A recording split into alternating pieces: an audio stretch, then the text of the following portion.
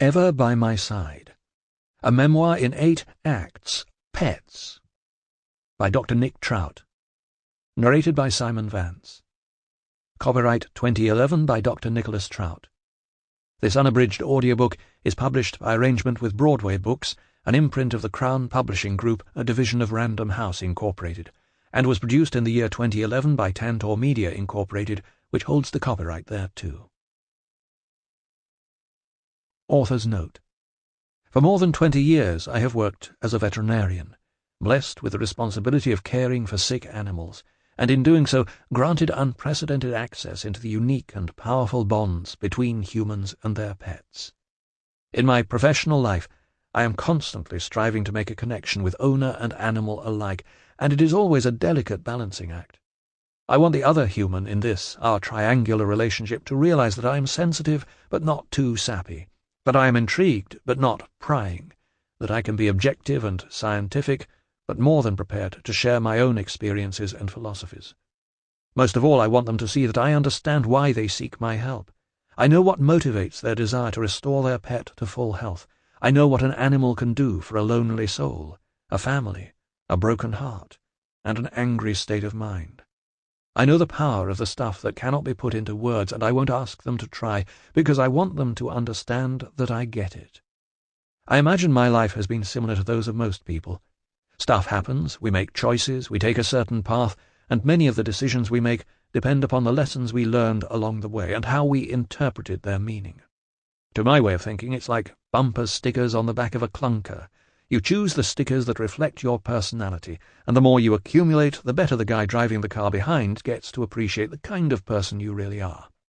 I've been fortunate enough to spend most of my life around animals, the creatures I have come to think of as my own pets. Each and every one of them has played their part in bringing me to this point.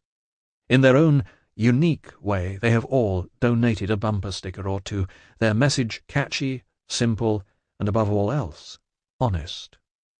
This book is based on my own recollections of these personal pets, and many more besides, with occasional input and insight from members of my family. In some instances, the names and identifiers of individuals central to the story have been changed to maintain anonymity. The result is perhaps less memoir than discerning retrospective, as I take an opportunity to relive a few of the defining moments throughout my life in which animals took their cue, stepped up, and gave me a chance to appreciate a different perspective. This is my attempt to show them off and share their subtle, startling, and inspirational lessons which have played a small but vital part in helping to shape the person you see with a stethoscope around his neck. As you listen on, I truly hope my interpretation of their significance will resonate, will induce a knowing smile, a nod, and maybe a wayward tear, as you too recognize the powerful benefits of the animals in your own life. Part 1. Union Jack. 1. The definition of different. I wish I could tell you I have enjoyed the company of a dog or a cat every day of my life, but it's simply not true. In fact, my earliest appreciation of pets in any form did not occur until I was 4, and even then was limited to my grandmother's dogs. My mother's mother possessed a white, male toy poodle named Marty. From the start, Marty made it abundantly clear that he had no patience for small, curious hands, except perhaps as chew toys. Venture into his territory, that is, anywhere within an invisible 50-yard perimeter of my grandma's house, and he would come at you, bouncing forward as if his legs were little pogo sticks, emitting a bark that could crack bulletproof glass, before scurrying away to safety behind Grandma's ankle, only to repeat the process over and over again until he finally ascended into her arms. From this lofty position he could look down at me with an expression that said, "If you bother me, I will make you pay in blood and tears." Marty was not even a year old, and his presence had already negated what few pleasures there were after a 2-hour car drive to visit my grandma.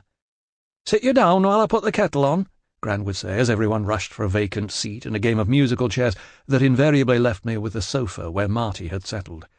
Curled up on the middle cushion, Marty would emit a throaty, malicious grumble if I so much as inched toward the ends of the couch. There was also the smell. The entire house reeked of the only food Marty deigned to consume, sausages. I never once saw him eat regular dog food, And I'm not talking about classic British bangers. Marty's delicate mouth and discriminating palate insisted upon a small, handcrafted breakfast sausage from a local butcher that had to be fried, allowed to cool, and then carefully chopped into congealed mouth-size pieces.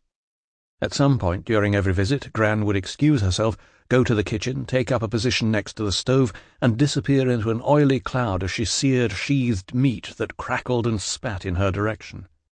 I would look over at her, and she would smile the smile of old people everywhere, content to check off another comforting chore in her daily routine. Meanwhile, Marty might squirm a little on his throne and sigh, not out of boredom but approval, pleased the hired help was doing his bidding. Neither my grandma nor my parents ever suggested Marty and I become acquainted, or that Marty become socialized around children, or that he be reprimanded for his bad manners. Perhaps I couldn't be trusted not to pinch, yank, rip, or snap, as I did with most of my toys. Perhaps they didn't want to take any chances. Whatever the reason, I kept my distance, painfully curious to discover the feel of his hypoallergenic steel wool fur, but convinced he would practically explode if I so much as touched him. After a while I lost all interest in Marty. What was the point? How could I have a relationship with an animal who might as well have been behind bars in a zoo? I couldn't understand what anyone saw in a pet you couldn't, pet. On the other hand, my grandmother on my father's side had a placid female Dalmatian named Cleo, and to my delight, and no doubt to the delight of my mother, they occupied a small bungalow next door to our house. In contrast to Marty, Cleo could be completely trusted around children. She was tolerant and forgiving, and endowed with seal-pup insulation that possessed a certain give, similar to a Tempur-Pedic foam mattress. Cleo never tired of me petting her, happy to relinquish her short, fine hairs to my sticky palms, which would soon resemble a pair of black and white mittens. I could fall over her, or fall into her, and she would either lie there and take it, indifferent to the contact, or rise quickly to her feet and find somewhere else to lie down, as though she was sorry for getting underfoot, rather than angry at being disturbed. At the time, my little sister Fiona was too small to play with me, so I was thrilled to share our backyard with a big old spotty dog who never once regarded me as though I were a tasty hors d'oeuvre. To fully appreciate the bond that formed between me and Cleo, you have to understand our shared interest in swallowing inanimate objects, and to help you do so, I must mention a chilling yet formative recollection from my childhood. Late one night, barefoot and immersed in oversized cotton pyjamas, this 4-year-old boy stood alone in the kitchen, having snuck out of bed in search of a snack and a glass of milk. I have always been partial to yogurt, methodically working my way to the bottom of the carton, scraping every last pink glob of strawberry-coloured additives off the plastic and onto my spoon. Even now I can recall the feel of that particular spoon, cool and smooth and small, like a silver christening spoon, satisfyingly tinkly on my deciduous teeth and almost weightless in my mouth. With the yogurt gone and my mind in a dull and dreamy state, I began playing with the spoon in the back of my mouth, appreciating the metallic sensation way back on my tongue, and how it was possible to push it a little farther and induce gagging, a sharp and forceful contraction deep in my belly. Until somewhere just beyond this point, the reflex of actual swallowing took over, involuntarily, and, to my horror, completely irreversible.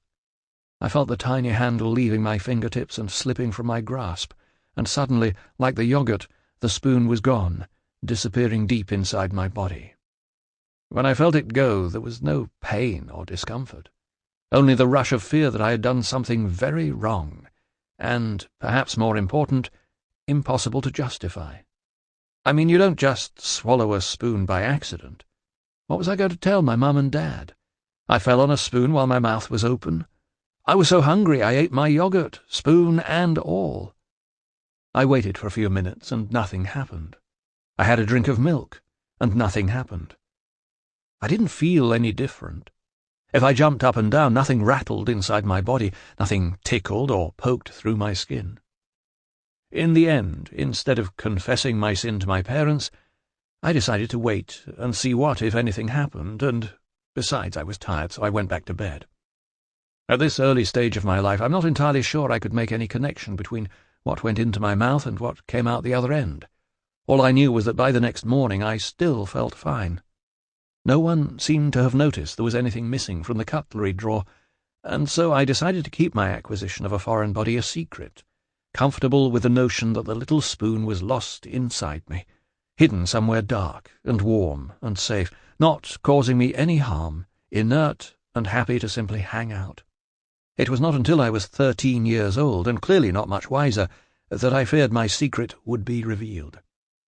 In trying to define my early teenage stature, some might use the word lean out of kindness. Truth be told, I was a scrawny whippet of a boy. I was, however, blessed with a semblance of speed, a characteristic that did not go unnoticed by our school's sports teacher, Mr. French. "All you have to do is catch the ball and run for the line." Sounded simple enough, but his synopsis of what would be required of me as a winger on our school rugby team failed to do justice to the rough and tumble of what the game meant to boys with far more muscle, spite, and testosterone.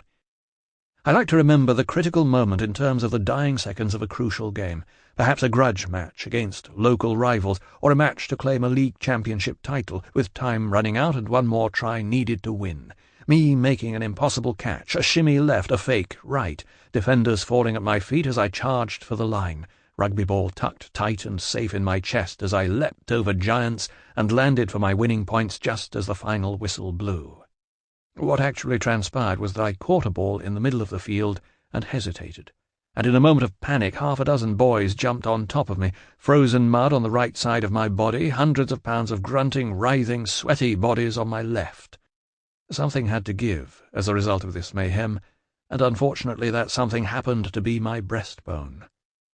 I'd be lying if I said there was an enormous crack akin to a shotgun blast. In fact, I got up and carried on playing. All I noticed was an increased difficulty in breathing, and by the end of the game it was obvious that this was more than a general lack of physical fitness on my part. And so I found myself in an emergency room, hearing a young doctor suggest that I get a chest X-ray, and realizing that for the first time since swallowing that fateful spoon, I would be the recipient of a test that would surely unmask my embarrassing silverware secret. "You know, Dad, I think I'm feeling better. It's probably nothing," I said to my father, convinced that after all these years the spoon was somehow still sitting in my stomach, or casually leaning into the side of my esophagus, minding its own business.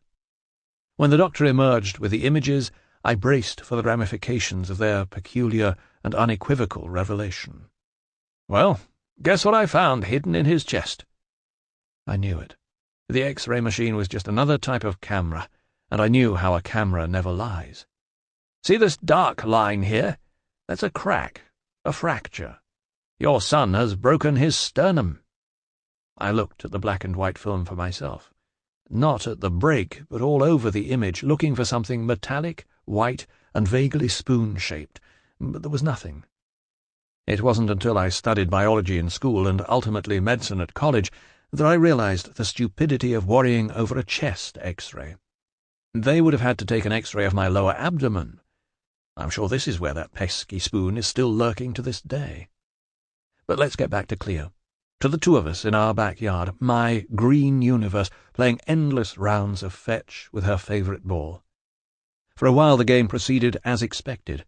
Slimy ball, painfully short throws from an uncoordinated little pitching arm, patient, soft-mouthed dog politely performing retrieval exercises. Then I noticed something long and thin and obviously amiss, dangling from the base of Cleo's tail and trailing behind her. She took a time out, intermittently squatting, straining, and dancing around as if she had a length of unshakable toilet paper stuck to her foot. She was visibly upset and unable to continue our game. If I had to put an emotional label on her behaviour, I would say she appeared to be embarrassed.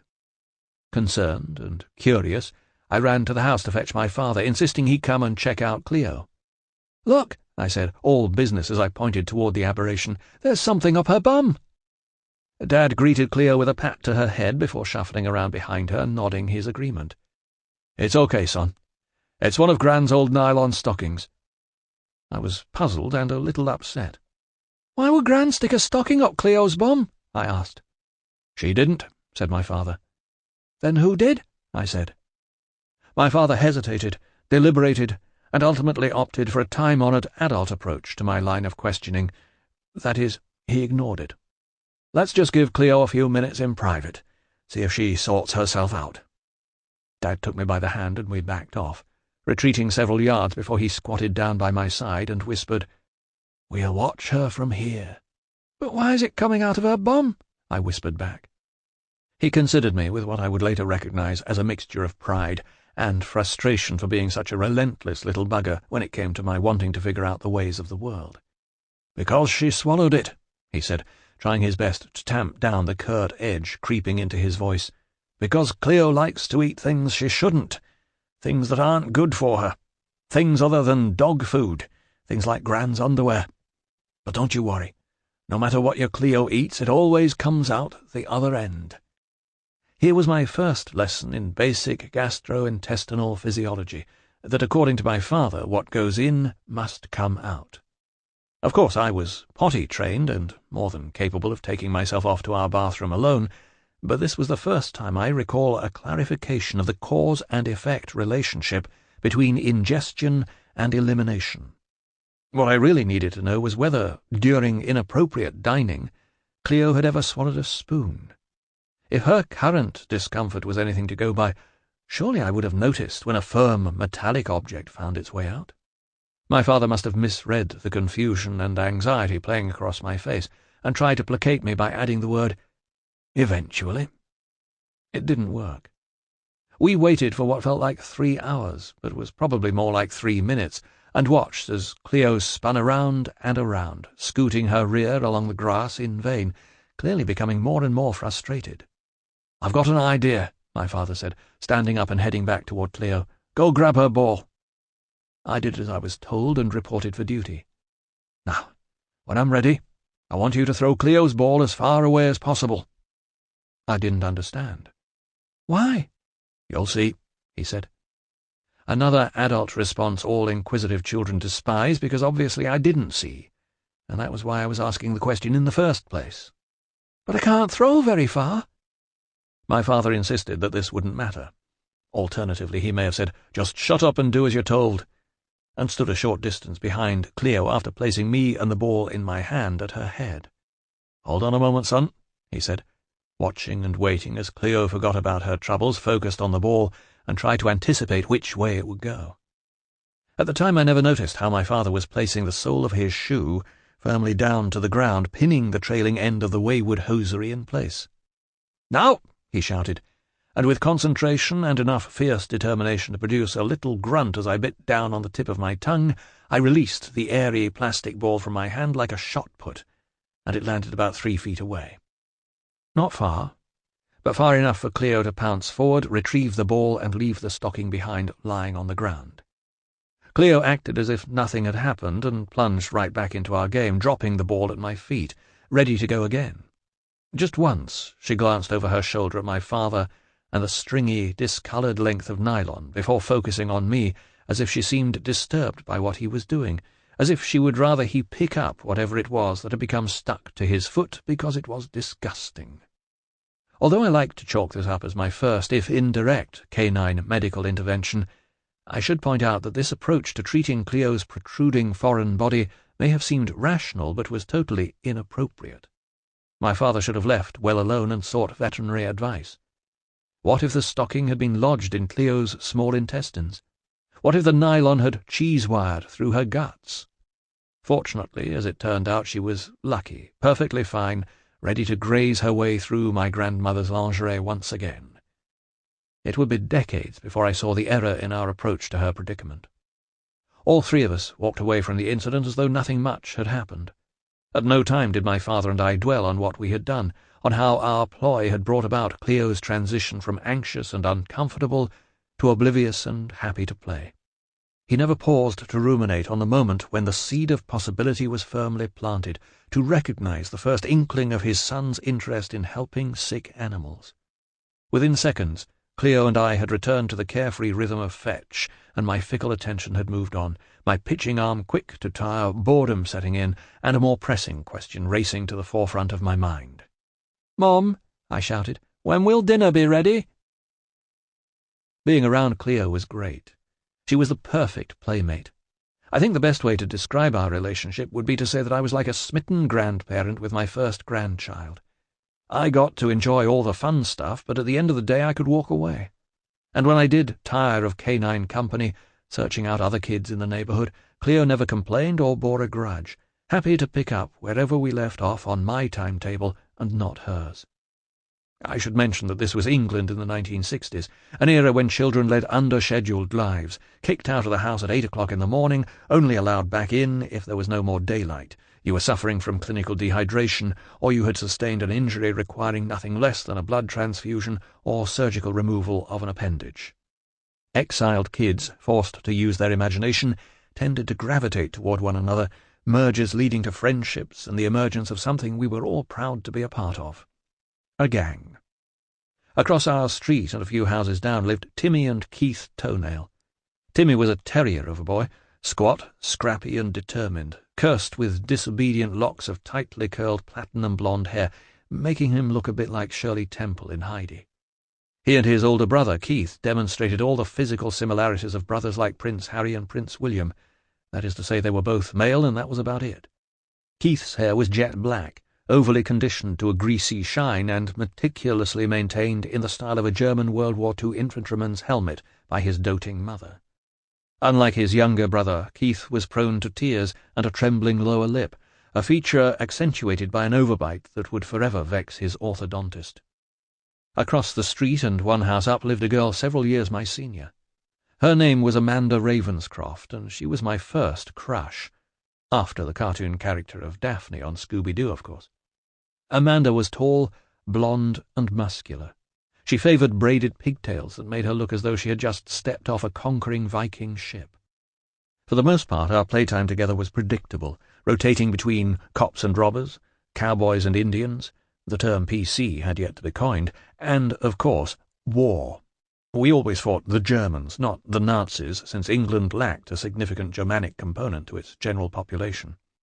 Amanda's maturity made her leadership material, and on the whole the rest of us were putty in her hands, as easy for her to manipulate as a group of dolls at a tea party. Strangely, every plot she concocted seemed to include a damsel in distress. Amanda, happy to step into the role, living a little fantasy, no doubt enjoying the fierce competition among the three of us boys trying to come to her rescue. When we tired of make-believe, we would break out our bicycles and tricycles, and the four of us would prowl the nearby streets in search of adventure. On one memorable day we hit pay dirt.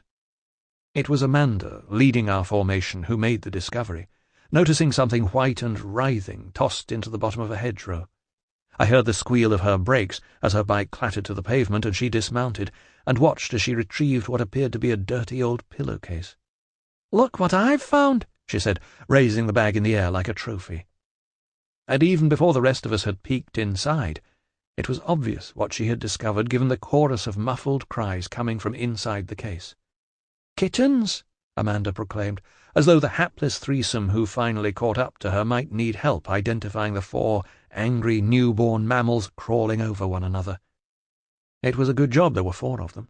One all black, one all white, one black with white patches on his paws and chest like a tuxedo, and one white with a black swatch under its nose like a moustache. We all knelt down, formed a circle, and passed them around among us, constantly changing our opinions as to which one was the best, the strongest, the runt, or our personal favourite. I wasn't used to cats, or, for that matter, any other life form that seemed so upset and vulnerable. Their pointy, triangular faces, their incessant mews, their perfect little paws and claws and plump, bald bellies were so very different from what I knew, because all I really knew was a dog named Cleo. To my way of thinking, Marty the land shark didn't count. "I'm calling this one Sugar Plum," Amanda declared, cradling the all-white kitten in her cupped hands and rocking him or her back and forth. "Then I'm calling this one—" Timmy hesitated, as if he had prematurely pressed his buzzer on Jeopardy and didn't really have an answer for Alex. Blackie," he said triumphantly. At the time this seemed perfectly appropriate and original. "I don't have a name for this one," said Keith, holding little Mr. Tux, his voice trailing off in a manner we all recognized as a potential preamble to tears. "Me either," I said, gently stroking the one with the moustache. Secretly, I was pleased with the way our game of musical kittens had worked out. In my opinion, Poncho Villa was the best, the runt, and my favourite. Suddenly Keith laid Mr. Tux on the ground and made a lunge for Timmy's kitten. "I want Blackie! Who says he belongs to you? Give him to me! He's mine!" Timmy sprang to his feet, pulling Blackie into the security of his chest as he backed away. "Get off me, or I'm telling Mum!" Ordinarily, especially if there was nothing much going on, Amanda and I might have looked on as the two of them got into it. Keith bigger and stronger, Timmy tougher and more resilient, their fights guaranteed to end in tear-streaked, dirty red cheeks all round. But on this occasion, Amanda's maturity and wisdom were their undoing. "Do you really think your mum will let you keep him?" she asked. I wasn't sure whether the question was directed at Keith or Timmy, but Keith latched onto this perspective, shaking his head. "Not after you killed our goldfish." "Did not," said Timmy, but without conviction. "I know my mum and dad won't let me have a kitten or a puppy," said Amanda wistfully. "I ask them every birthday and Christmas, and they always say no." Though no one turned to look at me, or ask me directly, I felt as though I was the kitten's last hope of finding a home. The thing was, I'd never really considered why my parents didn't have a cat or dog of their own. They both seemed to like Cleo, so what was holding them back? Maybe all I had to do was ask. "I know," said Amanda, briefly offering Sugar Plum up to the heavens before planting a kiss on the kitten's pink nose. "We'll go ask the cat lady what to do." This should have been my cue to raise an eyebrow and work a little apprehension into the reply, "Cat lady?" But Keith beat me to it. "Do you know her?" he said, with the kind of veiled reverence normally reserved for celebrities. "No, but I know where she lives, and my dad's met her, and I heard him telling my mum she's a little strange but well-meaning." I had never heard of the so-called cat lady, making her no less mysterious than Bigfoot or the Wizard of Oz. And what did Amanda's dad mean by strange but well-meaning? "Come on, it's just down the street," said Amanda, already 10 yards ahead of us. "We can leave the bikes here." So, armed with a kitten each, Keith still whining over being dealt Mr. Tux, and the fact that none of us were prepared to swap, we marched off in the direction of a small cottage hidden behind a forest of vines and dense, thorny vegetation.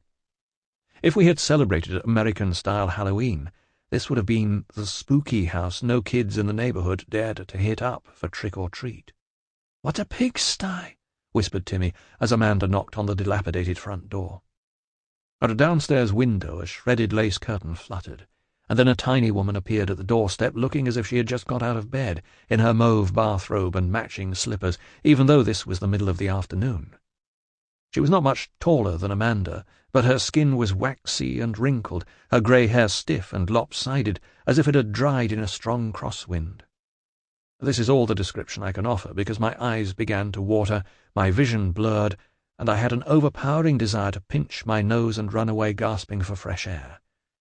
The cat lady was careful to close the front door behind her, but she had already unleashed a pungent, toxic cloud of aerosolized feline urine into our environment. To her credit, and my surprise, Amanda managed to stay focused and told the story of how we found the 4 abandoned kittens in a pillowcase and how they seemed hungry and in need of food and shelter. In the meantime, Keith looked like he might vomit, the nausea contorting his face, fueling a giggling fit that his brother Timmy struggled to contain. "We don't know what to do," said Amanda, showing Sugar Plum to the cat lady. Now, some parents might be reading this and thinking an impromptu visit to a complete stranger with a local reputation for being a bit of a weirdo might not have been a particularly good idea. What if the cat lady invited us in and introduced us to her husband, the big bad wolf? In fact, personal danger never crossed our minds. Helicopter parenting had yet to be invented, and besides, the old woman's get-up gave her a warm and cosy bedtime aura, as if she might break out the hot chocolate and tell us a story at any moment. The cat lady kept her lips pursed, head angled slightly down, forcing her eyes to roll up as she considered the 4 of us through wispy grey eyebrows. We held our collective breath, primarily because of the overpowering aroma of cat pee, but she may have mistaken this for worry on our part over what she was going to do. "Follow me," she said in a plummy voice that exuded military hustle, leading us down the side of the house, not through it, to a small backyard. There, inside a wooden shed, thankfully well ventilated, was a series of crates and cages containing a couple of older kittens and some adult cats. Everything was clean and orderly, plenty of newspaper and blankets. Sample complete. Ready to continue?